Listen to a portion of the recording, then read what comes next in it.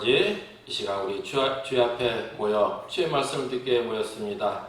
하나님 아버지 기뻐 받아주시고 이 시간 우리로 성령으로 충만하게 하사 이 종이 주께서 이 종을 통하여 말씀을 들려주실 때 우리로 듣게 하사 우리 예수 부활의 은혜로 살아가는 시간 되게 하여 주시옵소서. 우리 예수 그리스도인으로 간구하니 우리 인생들 또 우리 가정들 우리 산업이 일어나서 주께 주의 교회를 일으키며 이 땅에 주의 나라를 확장하는 복 있는 자들 되게 하여 주시옵소서. 우리 예수 그리스도의 이름으로 간절히 기도합나이다. 아멘. 오늘은 예수 그리스도의 첫 표적입니다. 오늘 설교 제목은 먼저 우리 옆에 보시면서 같이 따라하겠습니다. 사랑합니다. 사랑합니다. 감사합니다. 감사합니다. 축복합니다. 축복합니다. 아침에 일어났을 때 혹시 안 하신 분들 많으셨겠죠? 목사인 저는 참으로 감사한 일입니다. 자꾸 이렇게 가르칠 수가 있어서 이렇게 우리는 하나님 말씀대로 사랑하며 감사해야 된다는 것입니다. 그런데 요즘 한동안 코로나 난리였죠. 근데 다시 이태원 한 동성연애자 클럽으로 인해서 다시 또 우리나라가 들썩였었습니다. 근데 참 그 시작이 되는 그 사람이 제가 황당한 게 자기는 동성연애자 클럽이 동성연애자가 아니라고 막 SNS에다가 인터넷 SNS에다가 아주 성명서처럼 올렸었더라고요. 그래서 그런갑다 했었는데 며칠 후에 정부에서 그 사람의 이동 경로가 나온 것을 본 적이 있었습니다. 거기에 블랙 수면방이라고 있었는데 그때는 그냥 놀다가 피곤해서 잠자러 갔겠지 하고 넘어갔었습니다.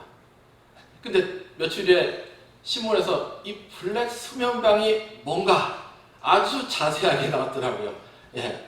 거기는 일반인은 들어갔다가도 다들 나오는 그냥 바로 나오는 그런 곳. 동성애자들이 모여서 무작위로 난교 섹스를 하는 그런 장소다라는 것이었습니다. 참, 게이였던 거예요. 더 황당한 것은 요즘 게이들 보니까 황당한 것은 그 게이들 인터넷 커뮤니티가 있어요. 거기서 그 정부에서 막 규제하고 나오니까 나온 말이 뭐냐? 수십 건이 한 5분 만에 나와서 하는 말이 부산 가서 하자. 어디 가서 또 하자. 계속 그 얘기예요. 아주 성욕에 정욕에 미친 이번에 드러난 동성연애자들의 실체였습니다. 이런 성적인 타락 아주 심각합니다. 심지어 요즘에 난리인 그 남성 혐오 페미니즘 이 페미니즘 리더들이 여자 동성애자들이었습니다. 워마드나 뭐 그런 그 메가 그런 남성 혐오 인터넷 커뮤니티 사이트에서 그 사람들이 아예 거기다가 나온 지도부라는 사람들이 하는 말이 왜 이걸 열심히 하냐? 자기들 섹스 대상을 늘리려고 남성 혐오를 부추긴다. 아예 그런 신문들이 많아요. 또 이번에 텔레그램 사건, 그 성착취 범죄 아주 난리였죠. 이런 문제가 지금 우리나라에 너무너무 많다는 것이 참 문제입니다. 그런데 우리는 알아야 됩니다. 이런 사회 현상은 무엇 때문인가? 가정 문제라는 것입니다. 이 모든 문제의 뿌리가 가정 파괴에서 시작됐다는 것입니다. 그럼 또 묻습니다. 왜 가정에 문제가 생겼냐? 일반적으로 우리가 말하는 이유는 경제적으로 어려워서 IMF 이후로 실제 정년이 없지 않습니까? 40대 넘으면 대부분 거의 다가 이제는 퇴직 준비해야 되는 사회가 와버렸습니다. 그러나 이것은 세상적으로 볼 때 그런 것이고 성경적으로 본다면 다른 것입니다. 성경적으로 가정 파괴의 이유는 하나님을 몰라서입니다. 하나님 믿는 신앙이 바르게 전수가 되지 않았다는 것입니다. 그것을 보여주는 사건이 가인의 계보. 그래서 그 계보가 뭘 말하는 거니까? 정상적인 신앙의 가치관을 심어주는 계보라는 것입니다. 아담 셋의 계보가, 그리고 가인의 계보는 그것을 심어주지 못한 계보. 그래서 어떻게 된 꼴인지 봐라. 하나님께서 그렇게 말씀하신 것입니다. 이렇게 가정의 문제. 그래서 오늘 요한복음에 우리 주 예수님께서는 공생의 첫 번째 표적으로 가나 혼례잔치를 보여주십니다. 표적 중에서도 요한복음에 특별히 7개가 있는데 오늘이 첫 표적이라는 것입니다. 뭐든지 첫 번째가 중요합니다. 심지어 대통령도 그 첫 6개월 기간이 중요하다. 그렇게 말하지 않습니까?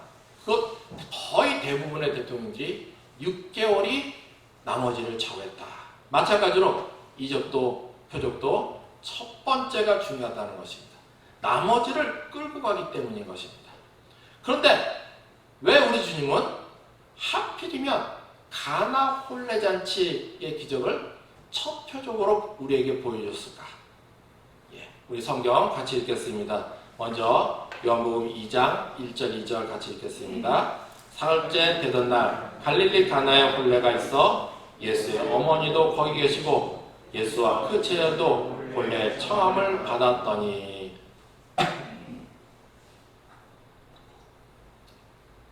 여기서 우리는 한글 성경에는 안 보이지만 성경 원에 있는 것을 하나 더 알아야 됩니다.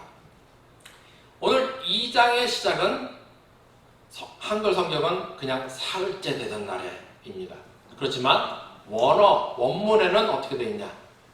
시작이 그리고라는 것입니다. 그리고 한글 성경엔 이 그리고가 없어서 1장과 2장이 별개의 사건입니다. 동떨어진 내용으로 보이기 쉬워요. 그러나 원문에는 그리고라는 접속사가 있었다. 그리고 사흘째 되던 날. 이 말은 1장과 2장이 연결된다는 것입니다. 그러니까 오늘 성경은 무엇을 말하냐? 이 말은 이 그리고라는 단어를 준 것은 앞을 보라는 것입니다. 먼저 앞에 무엇이 있었는가 봐라. 그럼 도대체 앞에 무슨 얘기가 있었냐? 바로 앞에는 나다넬 이야기가 나옵니다. 한글 성경에는 그냥 나다넬 이야기, 그리고 별개로 이렇게 되지만 아닙니다. 연결된다는 것이죠. 그래서 보니까 나다넬 이야기. 여기에 핵심은 나사렛에 무슨 선한 것이 날 수 있겠느냐. 나사렛을 강조하고 있습니다. 이 나사렛 무슨 얘기냐? 희망을 잃어버린 곳이라는 것입니다. 그 예수님 당시에 나사렛이 상징하는 것은 희망 없는 것. 그래서 이렇게 나사렛을 강조하는데, 그러니까 이것은 무슨 것이냐? 당시의 현실을 지금 보여준다는 것입니다. 당시의 현실이 나사렛만이 아니고 그 당시 모든 현실이 희망이 없었다는 것입니다. hopeless. 이것이 바로 지금 하나님의 백성들의 현실이다. 이스라엘의 현실이다. 실제 주님이 오셨을 때 이스라엘의 현실은 유대 지도자들이 율법주의로, 또 로마의 식민 지배로 인해서 백성들이 완전히 희망을 잃어버린 상태였습니다. 캄캄한 어두운 밤, 소망이 없는 그런 상태였습니다. 거기에 오늘 요한복음이 선포하는 것입니다. 기나긴 역사 속에, 캄캄한 밤 속에 한 줄기 빛이 없다. 그래서 빌립이 말합니다. 와서 보라. 그 말은 그냥 나다넬에게 한 얘기 아니에요. 모든 우리 성도들, 우리들에게 아니에요. 와서 보라. 예수께 와서 보라. 이것이 바로 한 줄기, 캄캄한데 한 줄기의 밝은 빛이다. 이것이 1장과 2장을 연결하는 그리고가 뜻하는 것입니다. 그리고 이제 2장을 시작합니다. 그리고 사흘째 되던 날 갈릴리 가나에 혼례가 있어. 이 말은 혼례의 문제가 생겼다. 그것을 암시하는 것입니다. 그런데 우리가 또 알아야 됩니다. 왜 갑자기 혼례냐? 혼례, 가정의 문제라는 것이죠. 이것은 창세기로 가야 됩니다. 창세기, 성경 저 앞에 창세기 3장에 무슨 사건이 있었냐? 인간이 죄를 짓고 에덴에 쫓겨나는 이야기입니다. 신라곤의 문제와 연결된다는 것입니다. 그러니까 이 신라곤의 문제, 여기서 가장 큰 상실이 무엇인가? 특별 생명과 특별히 기쁨을 인간은 잃어버렸다. 이렇게 말하기도 합니다. 그런데 그러니까 이 기쁨은 하나님과 인간 사이에 가장 깊은 곳에 있는 기쁨을 말하는 것입니다. 그래서 우리 예수 믿는 사람들은 좌절과 슬픔을 슬퍼할 수도 있긴 합니다. 그렇지만 우리 예수 믿는 자들은 곧바로 기쁨을 회복해야 된다는 것입니다. 이 기쁨이 뭐길래? 성경에 기쁨은 생명이라는 단어하고 연결되어 있습니다. 그래서 성경은 말합니다. 항상 기뻐하라. 이 말은 생명을 회복해야 된다는 것입니다. 그래서 항상 속히 생명을 회복하라. 그래서 이렇게 기쁨이란 말은 성경에선 생명하고 연결되는 말입니다. 그런데 왜 에덴에서 쫓겨난 이 신라곤이 생명과 특별히 기쁨을 잃어버린 문제가 연결되어 있는가? 그래서 그것은 에덴 동산 자체가 이름이 기쁨의 동산이란 뜻이기 때문입니다. 에덴의 뜻은 기쁨의 동산이에요. 여기를 잃어버렸다. 그러면 생명뿐만 아니라 기쁨을 잃어버렸다는 것입니다. 그런데 그 기쁨의 구체적인 장소가 어디입니까? 하나님이 비춰주신 장소는 가정이라는 것입니다. 그래서 성도는 가정을 중요시 여기게 됩니다. 그래서 신라곤의 구체적인 내용은 바로 가정 파괴가 된다는 것입니다. 실제 아담과 하와가 어떻게 됐습니까? 죄 지은 게 들키니까 아담이 핑계를 쳤습니다. 아내를 하나님이 줄 때는 막 좋다고 그러더니 막상 분리하니까 내게 주신 저 여자 때문에 막 이렇게 핑계를 쳐버립니다. 그러니까 이게 뭐예요? 서로 상처를 주는 것입니다. 엄청난 배신의 아픔. 그러므로 그때부터 시작해서 인간은 가정의 불신인 상태입니다. 이때부터 가정이 파괴되는, 깨지기 시작하는 역사가 시작되는 것입니다. 이렇게 죄의 결과로 인한 축복 상실, 그것을 보여주는 가장 대표적인 사례가 가정 파괴라는 것입니다. 그러므로 오늘 예수님이 가장 먼저 행하신 표적으로 이 가나 혼례 잔치를 보여주신 것은 단순히 무슨 술만 드셨다, 그 얘기하려고 하신 것이 아니라는 것입니다. 이 표적은 우리 주 예수께서 오신 목적은 무엇인가? 바로 창세기 에덴에 우리 인간이 죄로 인해 잃어버렸던 그 축복을 우리에게 회복시켜 주시겠다. 그 선언인 줄 기억하시길 축원드립니다. 그 선포라는 것입니다. 그리고 우리 다시 1절을 보겠습니다. 그리고 사흘째 되던 날 갈릴리 가나에 혼례가 있어. 그런데 이어지는 말이 있습니다. 예수의 어머니도 거기 계시고. 왜 갑자기 어머니가 나오냐? 이거는 예수님과 어머니 사이의 일을 이제부터 주의 깊게 봐라, 그런 거 말인 것입니다. 그래서 1절에서 4절은 예수님과 어머니의 사이의 일을 봐야 된다는 것입니다. 다음 2절입니다. 예수와 그 제자도 혼례 청함을 받았더니 예수의 어머니가 예수에게 이르되 저들에게 포도주가 떨어진지라 하니 사건입니다. 그런데 4절에 이어서 예수님이 말씀하시는데 갑자기 좀 걸리는, 좀 이상한 말씀을 하십니다.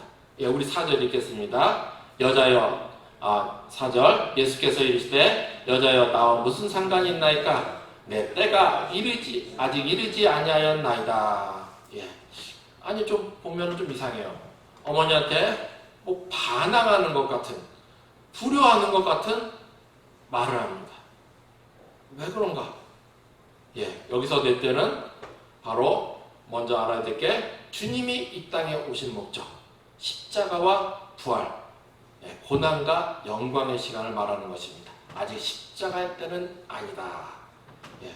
그리고 또 이어서 예수님이 그 말을, 근데 또 보니까 또 이상해요. 5절에 예수님의 그 말을 받으시는 어머니도 하인들에게 말하는데 좀 이상한 말입니다. 5절 같이 읽겠습니다. 그의 어머니가 하인들에게 이르되 너에게 무슨 말씀을 하시든지 그대로 하라 하니라. 무슨 말인가? 예, 먼저 이것을 봐야 됩니다. 4절에 예수님이 내 때가 아직 이르지 아니하였나이다. 그리했는데도 5절에 어머니가 하인들에게 명령을 합니다. 그러니까 지금 이 광경은, 이 말씀을 하시는 데는 많은 사람이 보고 있습니다. 제자들도 있고 홀레온 수많은 사람들이 있어요. 근데 예수님께서 이때 내 때가 이르지 아니하였다 하는데도 어머니께서는 그대로 하라. 예, 이상합니다. 예. 어떻게 보면 지금 하나님의 권위가, 예수님이 하나님의 아들의 권위가 엉망이 되는 자리인 것 같습니다. 그래서 어떤 자들은 이걸 보고 막 트집을 잡아가지고 예수님이 완전한 하나님이 아니다 막 하면서, 이걸 보면 완전한 하나님이 아니다 하면서 막 비방을 합니다. 그러나 이건 그 문제가 아닙니다. 지금 예수님께서 첫 표적에, 여기 첫 표적에 중요한 것은 예수님의 목적이라는 것입니다. 하나님의 축복, 가정에 대한 회복을 우리는 봐야 됩니다. 그러므로 이 가나 홀레 1절에 4절에서 놓치지 말아야 될 것은 기쁨의 회복, 가정의 회복을 생각하면서 예수님과 어머니의 사이의 관계를 봐야 된다는 것입니다. 그래서 다시 보니까 이 어머니는 무엇을 상징하는가? 가정이라는 것입니다. 가정을. 예. 그리고 이것을 먼저 전제해 두고 다시 4절을 보니까 예수께서 이르시되 여자여 이렇게 말합니다. 여자여, 막 함부로 말하는 것 같은데 한글로는 그렇게 들리는데 아닙니다. 원문에는 무시하는 말이 아닌 극존칭어, 당시에 황제의 어머니, 황후에게 쓰던 극존칭어라는 것입니다. 그러니까 이 말은 이제 4절부터는 예수님께서 신적인 권위로 공생의 사역을 시작하면서 이제 말씀을 시작하시는 것입니다. 공생의 시작이라는 거예요. 예, 그래서 3절 보니까 어머니의 말씀은 명령이 아닙니다. 이렇게 하라, 그 말이 아니에요. 예, 명령이 아닌 상황을 아뢰는 것입니다. 다시 말해서 이건 뭐냐? 기도를 지금 하는 것입니다. 우리에게 보여주신 것은 기도를 하는 것. 그리고 5절에 그대로 하라. 이것도 대상이 예수님이 아닙니다. 예수님이 아닌 하인들에게 그런데 또 그저 하라 이렇게 합니다. 너희에게 무슨 말씀을 하시든지 그대로 하라. 오늘 요한복음이 강조하는 말입니다. 너희에게 무슨 말씀을 하시든지 그대로 하라. 그래야 주의 말씀에 순종하자 어떻게 됐다? 기적이 나타났다는 것입니다. 위기의 혼례, 위기의 가정에 당시에 이렇게 혼례 사건이 나타나면 딱 어떻게 해요? 소방맞기 싫습니다. 여인의 인생이 끝난다는 거예요. 예. 그런 위기의 가정, 예, 우리 주님께서 찾아오사 다시 가정을 살리시는 역사를, 회복의 역사를 나타내신 것입니다. 그리고 이것이 말하는 바는 무엇이라고요? 에덴의 축복, 창세기에 깨졌던 그 가정이 상징하는 에덴의 축복을 이제 주님은 회복해 주시겠다, 우리에게 말씀하시는 줄 믿으시기 축원합니다. 예. 그래서 우리는 주님을 붙잡는 것입니다. 우리 주 예수님은 그렇기 때문에 우리의 소망입니다. 예. 우리를 부활케 하시는 부활의 주님입니다. 예전에 한 몇십 년 전 미군이 동두천에 주둔할 때가 있었습니다. 거기에는 미국을 접대하던 기지촌 여인들이 참 많았습니다. 거기에 어떤 여인이 있었습니다. 당시에 그 기지촌 여인들은 소원이 미국 만나가지고 미국 잘 만나서 결혼해서 미국 가는 것이었습니다.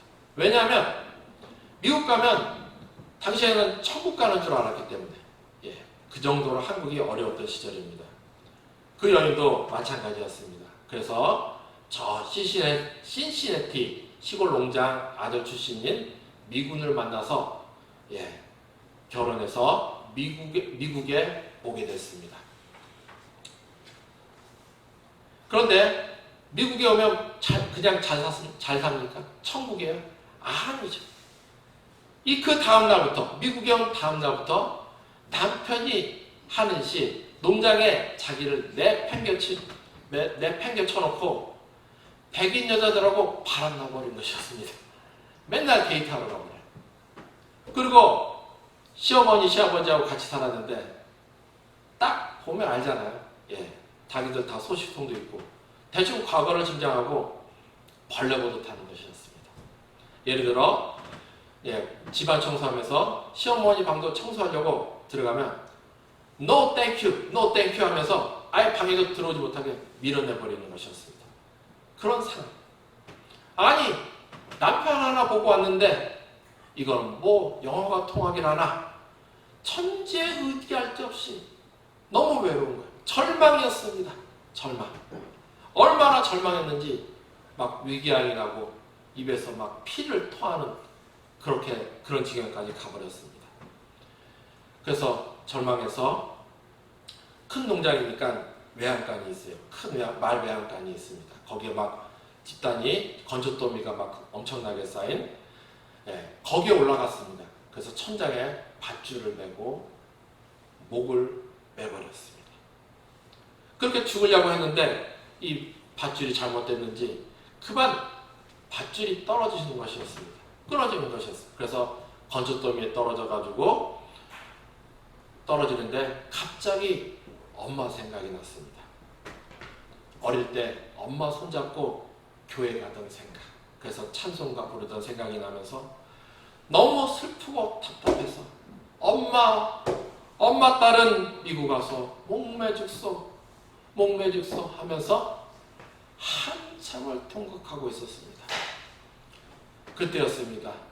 천장에서 갑자기 빛이 나면서 빛이 내려오는 것이었습니다. 천장에서. 그래서 뭔가 찾아보는데 십자가였습니다. 십자가에서 예수님이 나타나신 거였습니다. 그래서 예수님께서 나타나셔서 갑자기 하시는 말씀이 딸아, 내가 너를 사랑한다. 내가 너를 지켜준다. 예수님의 음성을 들어버린 것이었어요. 알고 봤더니 어릴 때 엄마 손잡고 다녔던 그 교회의 그 예수님이 자기를 지금까지 따라오신 것이었습니다. 그리고 나타나셔서 딸아, 내가 너를 사랑한다. 내가 너를 지켜준다. 그 말씀을 하시니 이분이 너무너무 감격스러웠던 것이었습니다. 그래서 기쁨이 넘쳐가지고 그 뒤로 이분이 삶이 예수님을 믿고 삶을 바꿨습니다. 상황이 좋아졌단 말이 아니에요. 절대 아닙니다. 여전히 상황은 남편은 바람피고 시집에서는 왕따, 외로운 상태, 변함도 없었습니다. 그렇지만 그때부터 이분이 예수님을 붙잡고 믿음으로 살았다는 것입니다. 그 감격, 예수님이 직접 나타내신 감격을 잊지 않고 그때부터 기쁨으로 하나님을 만난 기쁨으로 그리고 또 항상 감사하면서 살았습니다. 그리고 또 유년유일학교 때 배운 찬송이 생각나서 예수 사랑하심은 거룩하신 말일세 그 찬송 계속 그러면서 집안일, 농단일 열심히 하고 그렇게 사는데 그렇게 얼굴이 막 달라지니까 어떻게 해요? 몸이 바뀌어버린 것이었습니다.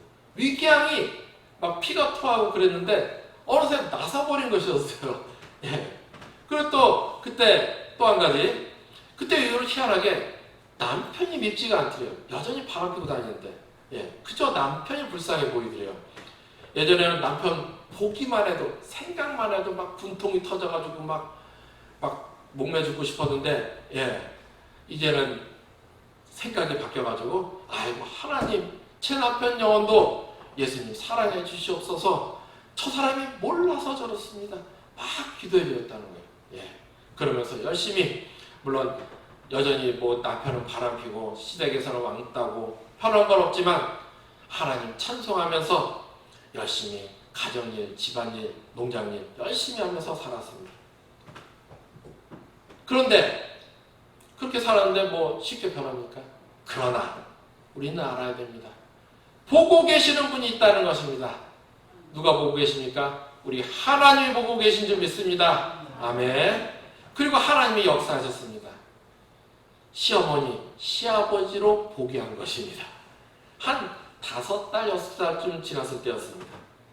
시어머니가 불러서 자기를 부르던 것이었습니다. 그래서 생전 처음으로 시어머니, 시아버지 방에 들어가게 됐는데 들어갔더니 갑자기 시어머니가 손을 따뜻하게 꼭 잡고 오 마이 도터, 딸아, 내 딸아 하시면서 너는 보통 여자가 아니야.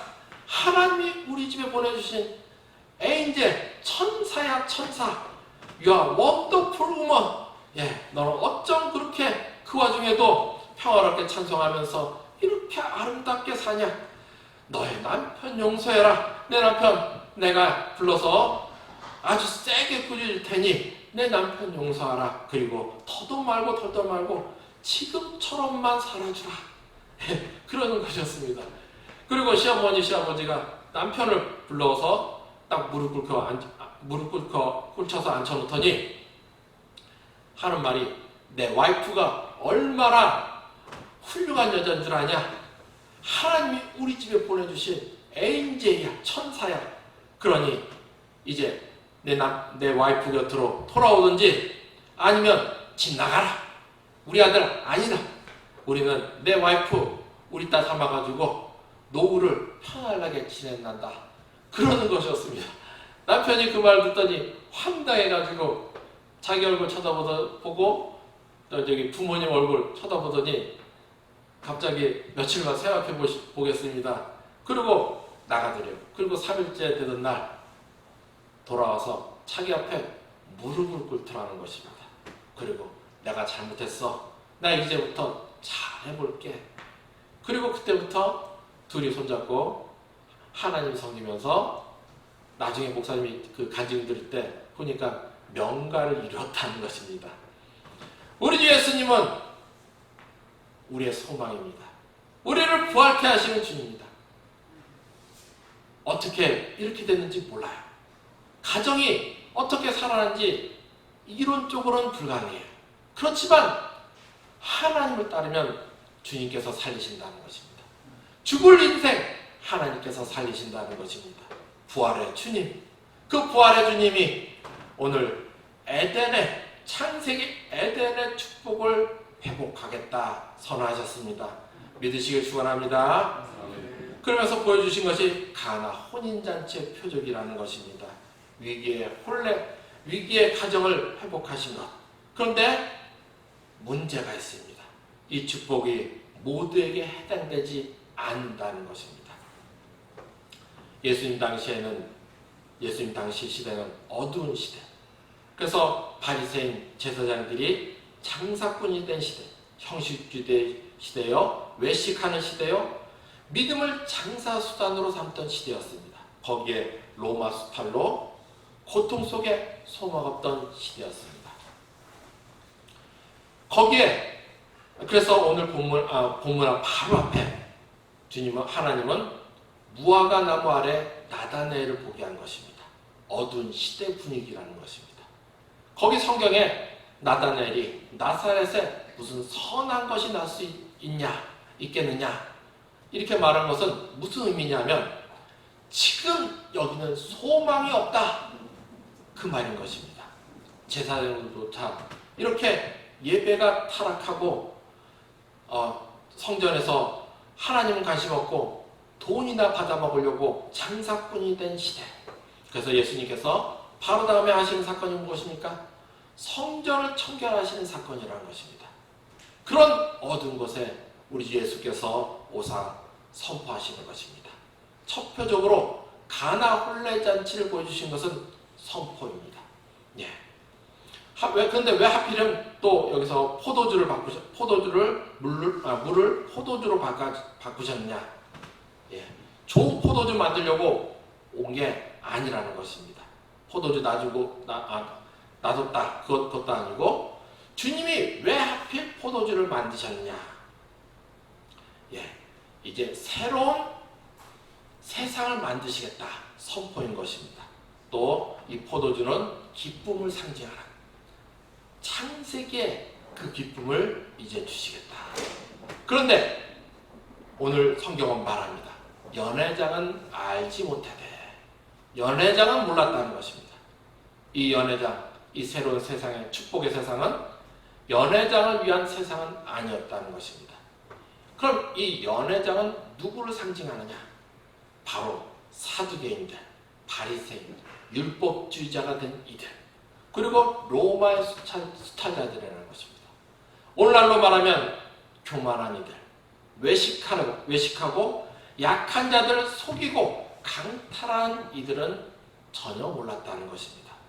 그럼 누가 알았다? 하인들은 알았다.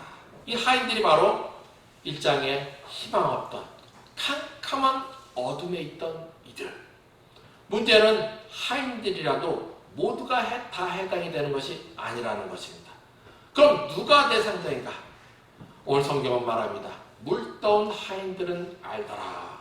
바로 순종하는 자들이 대상이 된 줄 믿으시기 축원합니다. 내가 무슨 잘났다 해서 하나님 축복을 받는 것이 아니라는 것입니다.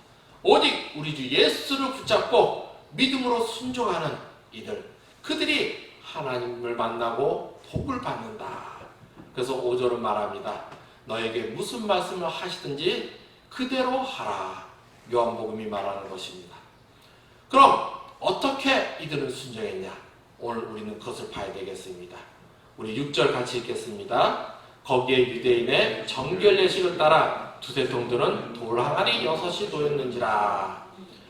이 말이 뭐냐?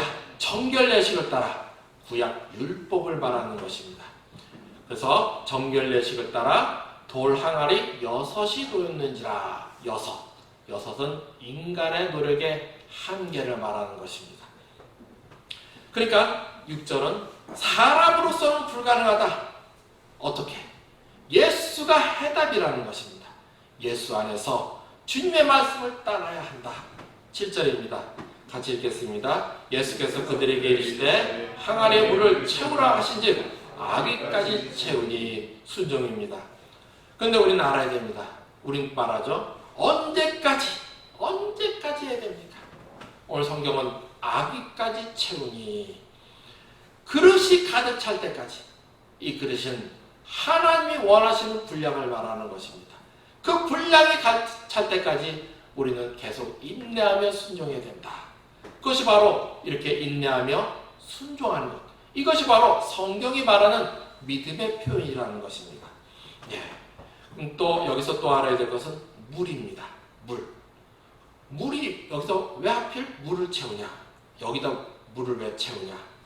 구약 성경에서 말하는 물은 주로 정결을 말하는 것입니다. 회개를 상징하는 단어. 성경은 우리에게 말합니다. 너희가 성령의 너인 줄 알지 못하느냐? 그러므로 이 말은 그냥 더럽게 해도 된다, 그 말이 아닌 것입니다. 깨끗하게 해야 된다. 예. 그래서 오늘 요한복음에서 가나 혼례잔치 표적을 주님께서 보여주시고, 바로 이어서 2장에서 행하신 주님의 사역은 성전 청결 사건이었습니다. 저 예루살렘 성전 거기만 청결하면 되냐? 아닙니다.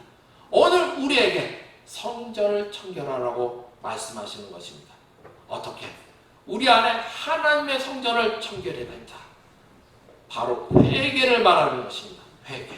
그래서 우리는 우리 예수의 속죄 십자가를 붙잡고 계속 회개하며 개혁하며 예수를 따라 순종하는 것입니다.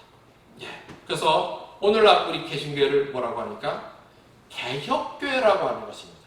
개혁교회는 끊임없이 계속 회개하며 개혁하는 것. 그래서 예수께 순종하는 것입니다. 그럴 때 어떻게 됐다고요? 8절입니다. 우리 같이 읽겠습니다.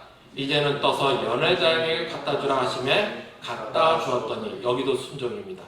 믿는다면 믿음의 표현을 해야 됩니다. 그 표현은 순종이라는 것입니다. 그러다 넘어지면 어떻게 하냐고요? 다시 죄를 지면 어떻게 하냐고요? 그러면 다시 끝이 아닙니다. 성경은 끝이 아니에요. 우리 하나님은 끝이라고 말씀하지 않았습니다. 다시 회개하고 개혁하고 순종하라 주님 말씀하십니다. 언제까지? 아기에 찰 때까지. 하나님이 원하신 그릇에 찰 때까지. 그러면 어떻게 되겠습니까? 9절입니다. 연회장은 물로 된 포도주를 맛보고도 어디서 났는지 알지 못하되 물떠온 하인들은 알더라. 기적이 일어났습니다. 물이 포도주가 되는 기적. 왜 하필 포도주였냐고요? 아까도 말했듯이 예수님 당시에 결혼 예식 축제의 포도주는 기쁨의 상징입니다. 그렇기 때문에 포도주라는 거예요. 더군다나 창세기 3장에 에덴의 뜻이 뭐였습니까? 기쁨의 동사. 우리 주님은 말씀하시는 것입니다. 이제 인간이 죄로 잃어버렸던 그 창세기의 에덴의 축복, 그 에덴의 축복을 우리에게 회복시켜 주시기 위해서 우리 주님은 오셨다 말하신 줄 믿으시기 축원합니다. 아멘. 그래야 11절입니다. 같이 읽겠습니다. 예수께서 이 첫 표적을 갈릴리 가나에서 행하여 그의 영광을 나타내심에 제자들이 그를 믿으니라. 하나님 나라의 확장입니다. 하나님께 영광 돌리고 하나님 나라가 확장되는 것. 이것이 표적의 항상 2차적 의미. 그러니까 하나님의 영광, 하나님 나라가 확장되는 것은 우리 내 집을 세우는 것하고 성경은 항상 연결이 되어 있다는 것입니다. 내 집을 세우고 또 에덴의 축복을 회복하는 것과 별개가 아니라는 것입니다. 그러므로 우리는 항상 하나님의 방법을 따라야 된다는 것입니다. 그것이 근본적으로 하나님의 기쁨이 넘치는 에덴의 축복이 있는 믿음의 축복의 명가를 세운다. 그러므로 먼저 너희는 그의 나라와 그의 의를 구하라. 말씀에 순종하시길 축원드립니다. 그리하면 이 모든 것을 너에게 더해 주리라.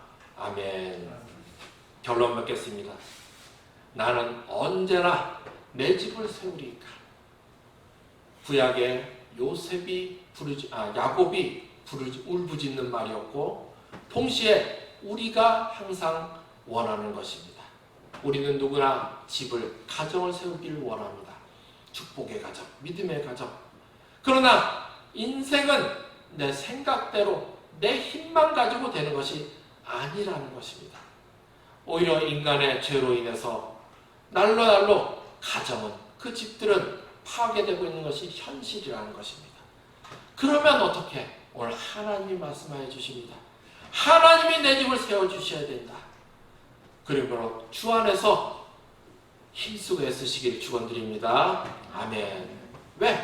오늘 예수님은 한 가정의 위기를 물로 포도주가 되는 이 표적을 베푸사 치유해 주셨습니다. 이것은 표적입니다.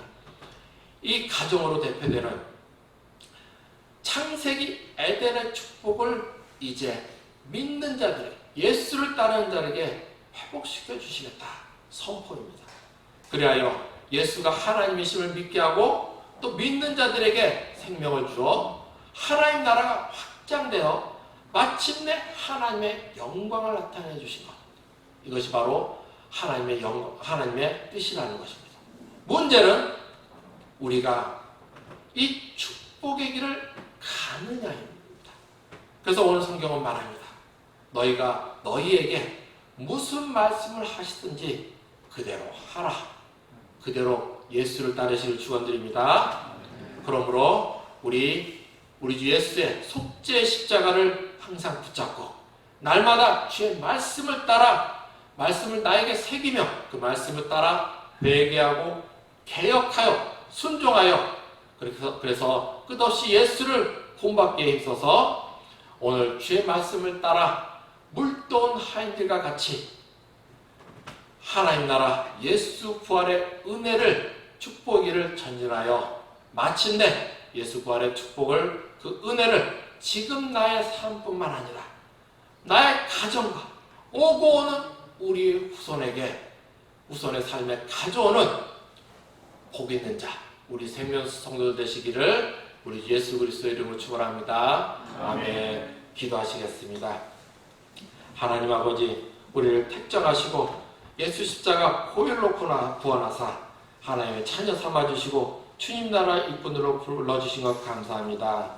하나님 아버지 이 시간 우리로 에덴의 기쁨을 에덴의 축복을 회복하러 오신 주님을 포기하시니 감사합니다.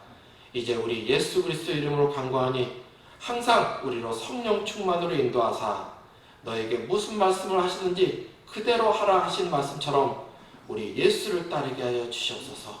오늘 물동은 하인들과 같이 끝까지 주의 말씀에 잘 순종하여 이제부터 우리로 항상 주의 말씀을 끝까지 순종하여 축복의 그릇을 채우는 자가 되게 하여 주시옵소서. 그리하여 마침내 우리로 세상을 이기고 형통하게 하사 에덴의 축복이 가득한 집을 세우게 하여 주시옵소서. 그래서 이 땅에 하나님 나라를 확장하며 하나님의 영광을 나타내는 예수 부활의 증인들 되게 하여 주시옵소서. 예수 그리스도의 이름으로